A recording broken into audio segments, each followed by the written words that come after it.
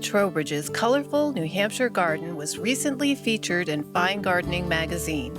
The article is now part of the extensive archive available to Fine Gardening's All Access members. Let's join Laura in her garden, where she'll tell us about some of the plants she cut back to bring more color and sunlight into her mature border. Right here, I had two DeGroot Spire arborvitaes, one in front of the other. And they were great for the first 10 years I had them.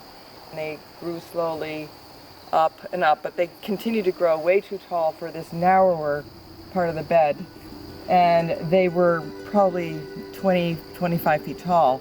They were out of proportion with the rest of the border. They were also blocking the sun on the grace smoke bush behind, so that was suffering, and I really love that. I wanted to keep that. So I decided what I wanted was to get rid of the arborvitaes and plant more annuals to get the full sun border feel back with the colorful annuals and perennials. And so that's what I've done. I filled it in here with marigold, the tagetes, cinnabar, and the dahlia.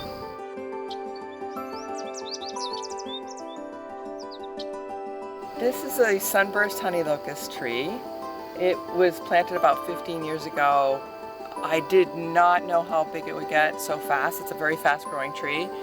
And for the first 10 years, it was beautiful. It was just the right height.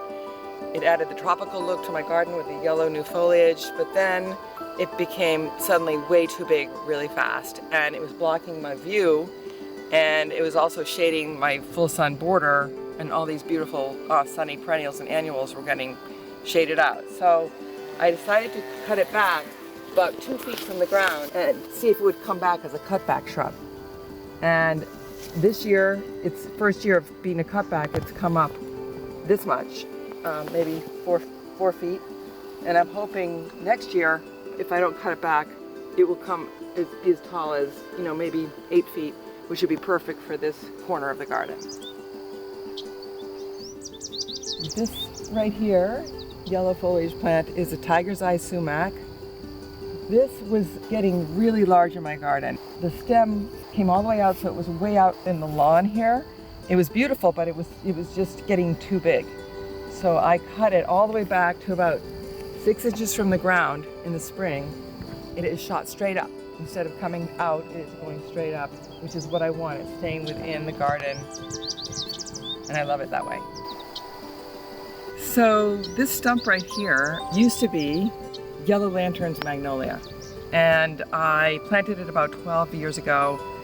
It was perfect in the garden for many years. It gave me the big magnolia leaves, pretty yellow flowers in the early spring, but it just kept getting bigger and bigger, and it was blocking my view back here again, and it was also creating too much shade for my perennials, like the herbstone rudbeckia here. And it was very wide. It was probably 20 feet wide, 20 feet tall.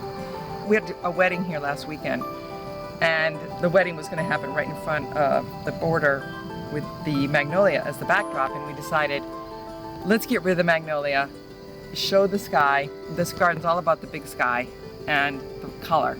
And we decided, let's do it. So 3 days before the wedding, we came back and we cut this tree down. It was quite a project, trying to keep the big branches from knocking down these mature perennials and annuals, but we managed to get it down, and I just love having it gone, because now the sky is here, the view is here, the sun is back, and it's so much better. For more inspiring garden design ideas or to become an All Access member, visit finegardening.com.